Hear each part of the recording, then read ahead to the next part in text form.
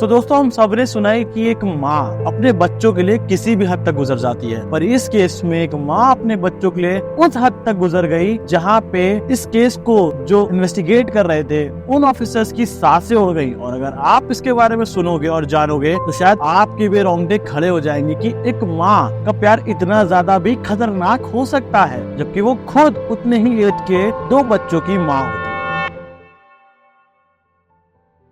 लुधियाना के शिमलापुरी गांव में इंडियन रिजर्व पुलिस फोर्स के 3rd बटालियन में तैनात हरप्रीत सिंह शिमलापुरी गांव से थोड़ी दूर गिल गांव में जो वहां के सरपंच थे उनके सिक्योरिटी के इंचार्ज थे। और वहीं पे शिमलापुरी में उनकी फैमिली के साथ वो एकदम बढ़िया लाइफ स्पेंड कर रहे होते थे। उनकी फैमिली में उनके पिता शाबिंदर सिंह, माता हरविंदर कौर और उनकी पत्नी किरण कौर और उनके साथ में उनके 2 प्यारे प्यारे बच्चे थे, अमरप्रीत सिंह और 2.5 साल की सुंदर सी बेटी का नाम था दिलरोज। हरप्रीत सिंह के दोनों ही बच्चे गांव के काफी ज्यादा सही थे और ना उनको भी फाइनेंशियल प्रॉब्लम थी, बच्चे भी अच्छे से पढ़ रहे थे, माता पिता की भी हालत अच्छी थी, तबियत भी खराब नहीं थी, पति पत्नी में भी बहुत प्यार था और एक ज्वाइंट फैमिली की तरह वो हंसते खेलते अपना जीवन काट रहे होते थे। उनकी फैमिली में सब कुछ बढ़िया चल रहा होता है और 28 नवंबर के दिन उनको अपनी फैमिली के साथ अपने एक क्लोज रिलेटिव के यहाँ फंक्शन में जाना होता है और उनका लंच वहीं पे होता है। इस वजह से वो सुबह रेडी होके जल्दी उनके यहाँ निकल जाते हैं और 28 नवंबर को दिन के करीब 1:30 बजे तक वो वापस भी आ जाते हैं। और थोड़ा टाइम बीतता है, 2:15 के आसपास जो दिलरोज की जो मम्मी है वो उसको ढूंढने बाहर जाती है कि ये वापस आई है लड़की और अभी तक पता नहीं कहाँ घूम रही है, कहाँ है और घर नहीं आई। तो दिलरोज की मम्मी उसको ढूंढने के लिए निकलती है पर दिलरोज उनको वहाँ पे कहीं भी नहीं मिलती है। तो उनको लगता है कि वो आसपास कहीं पे गई होगी किसी के यहाँ, तो वो थोड़ी देर बाद वापस आ जाएगी। पर 2:15 से 3:15 बज जाता है और दिलरोज का कोई भी आता पता नहीं चलता।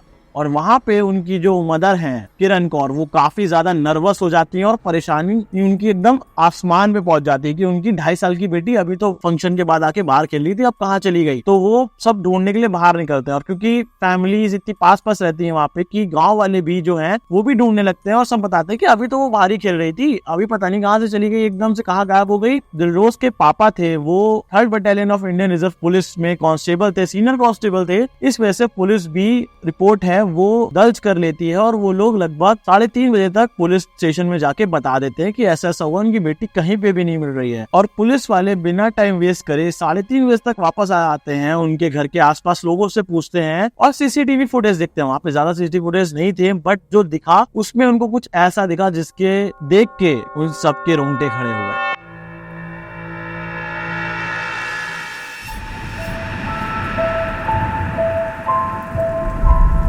तो लगभग 3:30 बजे के आसपास सीसीटीवी में उनको एक ब्लैक स्कूटी पर एक औरत दिखती है जो कि दिलरोज को स्कूटी में आगे खड़ा करके ले जा रही होती है। और जब वो गार्ड से पूछते हैं तब वो बताता है कि ये मैंने देखा था कि एक स्कूटी पे एक औरत एक छोटी सी बच्ची को लेके जा तो रही है एक वीरान खंडर सुनसान रास्ते की तरफ, पर जब वो थोड़ी देर बाद वापस आती है तो उनके साथ वो बच्ची नहीं होती, सिर्फ वो औरत वापस आ रही होती है। और जैसे ही गांव वाले उस औरत को देखते हैं, स्कूटी को देखते हैं, वो पहचान जाते हैं कि ये स्कूटी किसकी है। और गांव वालों से एक नाम निकल के आता है, नीलम कौर। आखिर कौन है ये नीलम कौर और ये क्यों दिलरोज को अपनी स्कूटी पे बैठा के लेके तो गई पर लेके वापस नहीं आई। तो जब उसके घर पे जाते हैं तब देखते हैं कि वहाँ पे तो शिफ्टिंग का काम चल रहा होता है, मतलब कि उनका घर शिफ्ट हो रहा होता है कहीं और। तो तभी वो लोग जब पता करते हैं तब वहाँ पे एकदम से नीलम कौर आती है और उससे वो लोग पूछते हैं कि क्यों भाई, कहाँ है दिलरोज, तुम लेके गई थी ना उसको अपने साथ। तो नीलम कौर पहले तो मना कर देती है, पर जब पुलिस उसको वो सीसीटीवी दिखाती है और नीलम कौर को लगता है कि अब वो पकड़ ली गई है, तो वो क्या करती है, एक्सेप्ट कर लेती है कि हाँ मैं दिलरोज को लेके गई और मुझे पता है कि वो कहाँ पे है। और फिर वो उसे उनके अपने साथ लेके जाती है पास के एक खंडर में जहाँ पे एक प्लॉट पड़ा होता है और उस प्लॉट में कुछ भी नहीं हो रहा था। लगभग 4:30 बज जाते हैं जब वो वापस आती है और आधा सामान वो शिफ्ट करवा चुकी होती है अपने नए वाले घर पे। जब पुलिस वाले उसको पकड़ते हैं और बाकी लोग भी उसको पकड़ते हैं और जब वो उनको लेके उस खाली प्लॉट में जाती है तब उनको वहाँ पे एक फ्रेश गड्ढा खुदा हुआ दिखता है और उस गड्ढे के अंदर जैसे ही वो मिट्टी हटाते हैं तो उनके अंदर उनको 2.5 साल की दिलरोज मिलती है जिसकी सांसें लगभग उखड़ चुकी होती हैं। और वो जब तक उसको हॉस्पिटल लेके जाते हैं तब तक दिलरोज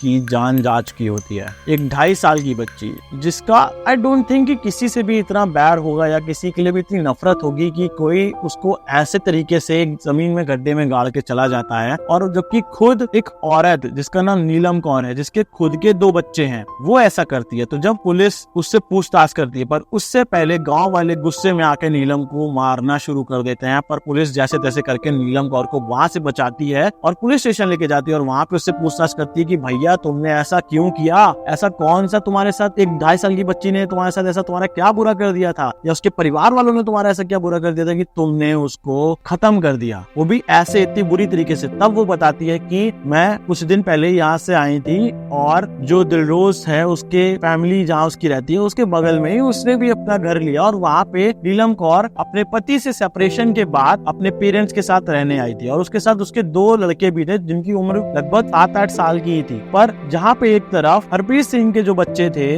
वो पूरे गाँव के चहीते थे, वहीं पे जो नीलम कौर के बच्चे थे वो मासूम और काफी ज्यादा नोटोरियस थे, मतलब वो काफी शैतानी करते थे और ऐसा कोई दिन नहीं रहता था जब गांव वाले या फिर कोई उनकी शिकायत करके ना आए। और इतना ही नहीं, गांव वालों के साथ साथ जो दिलरोज के दादी बाबा थे वो भी नीलम कौर के बच्चों के बारे में शिकायत करते थे काफी ज्यादा, और गाँव वाले ये भी कहते थे कि भैया इनके यहाँ स्ट्रेंजर्स लोग बहुत सारे आते जाते थे जिसमें से ज्यादातर मेल होते थे, और क्योंकि वो अपने पति से सेपरेट होके आई थी तो दिलरोज के जो ग्रैंडफादर थे वो नीलम कौर को और ज्यादा टॉन्ट करते थे, मतलब उसके बारे में बताते थे कि तुम अपने बच्चों पे ध्यान नहीं देती हो बिल्कुल, अगर तुम सिंगल मदर हो तो अपने बच्चों पे ध्यान दो, तुम यहाँ पे आई हो तो तुम्हारे बच्चे इतनी शैतानी करते हैं, लोगों को परेशान करते हैं, ऊपर से तुम्हारे इतने ज्यादा स्ट्रेंजर्स आते जाते रहते हैं, तुम्हें उन पे भी ध्यान देना चाहिए। और ये बात बार बार होने लगी थी जिस वजह से जो नीलम कौर थी वो इतना ज्यादा गुस्से में हो जाती है कि उसके अंदर इतना रेज होता है कि जब ये बात दिलरोज के दादी बाबा उनके पेरेंट्स से, मतलब नीलम के पेरेंट्स से भी कर देते हैं, तब वो ठान लेती है कि भैया अब यहाँ पे हम नहीं रह सकते हैं और हमें यहाँ से छोड़ के जाना होगा। तो 28 नवंबर के दिन वो उससे पहले अपना एक घर दूसरी जगह पे देख लेती है, पर जब वो अपने घर का शिफ्टिंग का काम कर रही होती है तो पहले तो एक टेम्पो में भर के उसका घर का आधा सामान चला जा चुका होता है उसके नए एड्रेस पे, पर जब वो वापस आती है तो लगभग 2:30-3 बजे उसको दिखता है कि दिलरोज वहाँ पे अकेली खेल रही है। तब वो सोचती है कि मैं जाने से पहले अपने ऊपर हुई बेइज्जती और अपने बच्चों पे हुए इल्जाम और अपनी बेइज्जती का बदला लूंगी, और वो दिलरोज को वहाँ से बैठाल के लगभग 3:45 या 4 के बीच में अपनी स्कूटी पे ले जाती है जब उसको सीसीटीवी पे रिकॉर्ड देखा जाता है,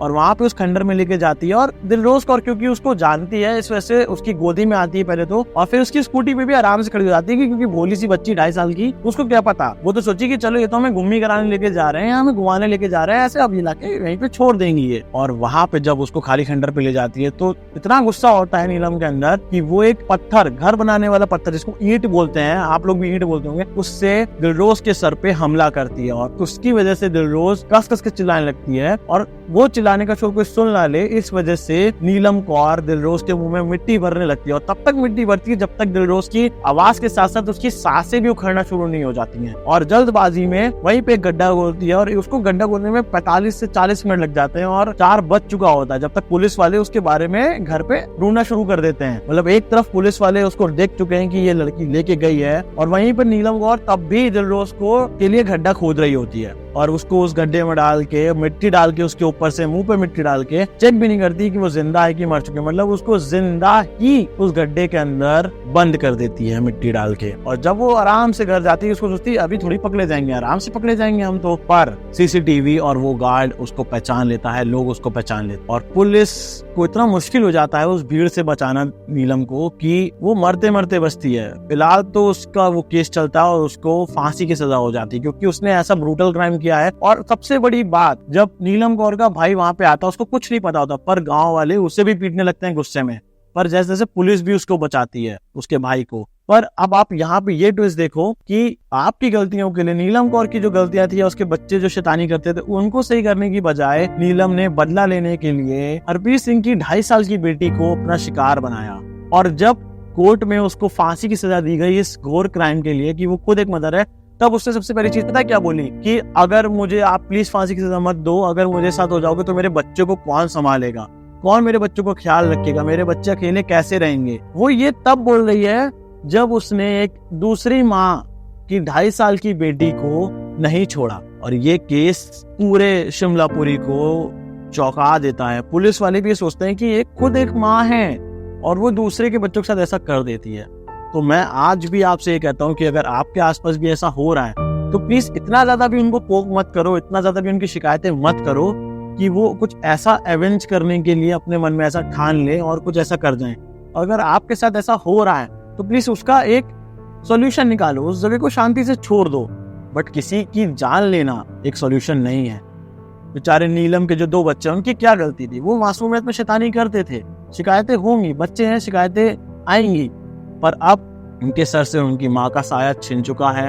हरप्रीत सिंह की फैमिली ने अपनी 2.5 साल की मासूम बिटिया को खो दिया है। उसका कंक्लूजन कुछ भी नहीं निकला। तो आज की वीडियो के लिए बस इतना ही। और हाँ, तो अगर आप चैनल पर नए हो और अगर आपको ऐसी ट्रू क्राइम वीडियोस देखने का मन करता है, कॉन्स्पिरेसी वीडियोस देखने का मन करता है, तो चैनल को चेकआउट करो, लाइक करो, शेयर करो, सब्सक्राइब करो। अच्छी लगे तो लाइक करो, एक कमेंट जरूर छोड़ के जाना प्लीज अगर आप यहाँ तक देख रहे हो। स्टे सेफ, बी हैप्पी, आसपास रहें, सतर्क रहें और जय हिंद, जय भारत।